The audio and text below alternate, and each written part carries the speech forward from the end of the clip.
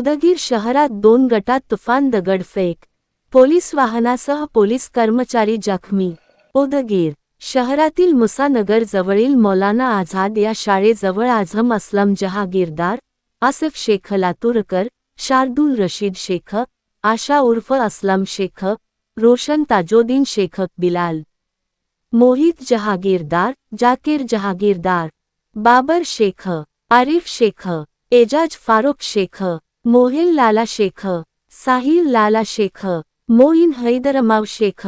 जुबैर मूसा शेख, इब्राहिम मूसा शेख, फिरोज ताहिर शेख, मोहसिन मकदूम मौलामाब शेख, मोहिल शेख,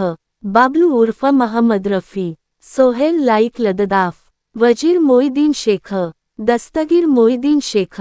रईस बासू पटेल, सईद मुस्ताक जहागीरदार, तोहिद मुस्ताम जागीरदार, Adil Nazir Shaikh, Monu Kaliya, Majju कडबेवाल, Gauss हाकानी Shaikh, Ayaz Ismail Shaikh उर्फ वाळूवाला, साहिल चांदपाशा मणयार, सय्यद बलीम अली, सय्यद अलीम इस्माइल शेख, इरफान इम्तियाज, किशोर ईश्वर मोतीराम, दिनेश धीरज कांबळे, सुमित कांबळे व इतर 47 जणात क्षुल्लक कारणावरून भांडण पेटले, त्याचे रूपांतर दगडफेकीत झाले।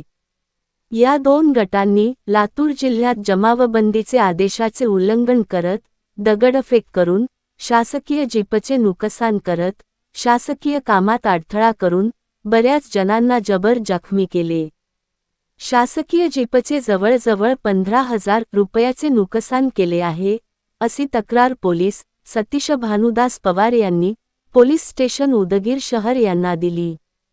त्या तक्रारीवरून गुन्हा रजिस्टर नंबर 99/2026 कलम 132, 121, 125, 125 ए 189, 2 191, 2 3 190,